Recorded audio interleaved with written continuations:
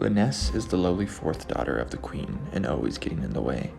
But a demon is terrorizing the land, and now she's an adult with responsibilities. Although she still gets in the way, she understands that the only way to save her people is to invoke the pact between her family and the elder sorcerer, who has inhabited the local tower for as long as her people have lived here. The elder Nier isn't a sorcerer.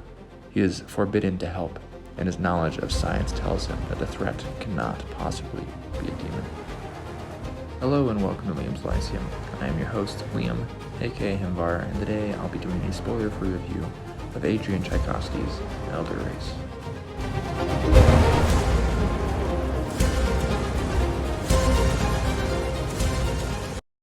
Elder Race is a 2021 short novel, or novella. I'm not sure what the word length is, but that would tell me which one it is. But anyways, it's by Adrian Tchaikovsky, and it's a nice blending of sci-fi with fantasy, as it's really a scientific world told in part from a person from a more primitive society, Liness' fourth daughter, who is of course the fourth daughter of the queen.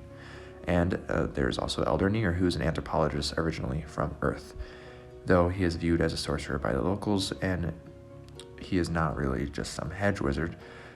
The Elder Sorcerer is the last of his kind, known for protecting the kingdom from dire foes in desperate times. The dedication, which is the Gene Wolfe, by the way, he mentions the story is largely inspired by Wolfe's Trip Trap story, which I haven't read, though I do enjoy Wolfe, so this was my first Tchaikovsky book, and I think I might have chosen pretty well.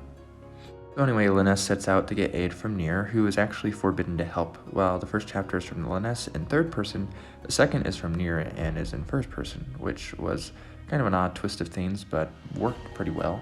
It helps us get, honestly, the difference in the characters is more profound with that writing technique, which, like I said, I wasn't expecting. Nier's big conflicts seem to be his reluctance to help, since he wants to remain apart and be a good scientist, but also his emotions, in which depression being a big one. It's described beautifully to Liness in the language she understands, and this is how Tchaikovsky explains it. Again, this is Nier speaking her language, and so this is how she hears it, but I thought it was actually a rather poetic way of describing depression, so I want to quote that real quick. "There is a beast that has hounded me down the centuries. It is always at my back, and sometimes it grows bold, and its teeth are at my throat. It drags me down, and if I did not carry a shield against it, I could not get up from beneath its weight. Perhaps it is the same with you, or some of your people, though maybe they have never told you. Such beasts hunt in secrecy, even their prey are loath to speak of them for fear of showing weakness." And though it's beautiful and poetic, that's not exactly what Nier is saying, because he's restricted by the language. Now, this communication breaks down, seeing as the people of the world of Sophos 4 don't have the vocabulary for scientific speech, hence why they think an anthropologist is a sorcerer. But most conflicts are internal. Nier's we have already mentioned, and Lynn's are similar. She wants to belong and be accepted by her mother and sisters, and she wants to do good for her people, and she thinks or is afraid that she may be naive and foolish and honestly just good for nothing.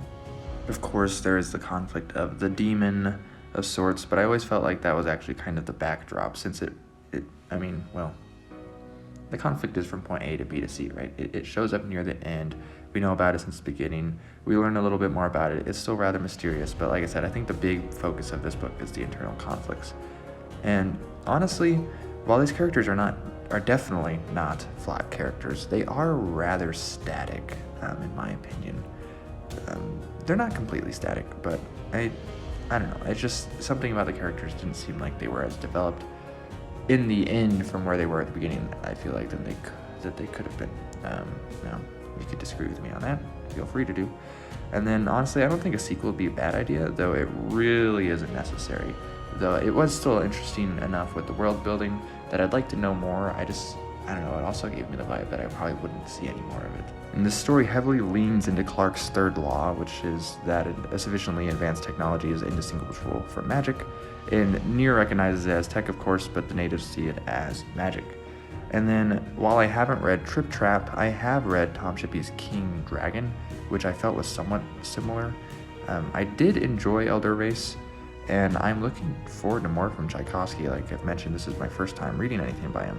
And so do you have any suggestions of what I should read next by him? I've looked at a few things, but just, yeah, anything. This has been Liam with Liam's Lyceum. I will catch you next time. Thanks for stopping by.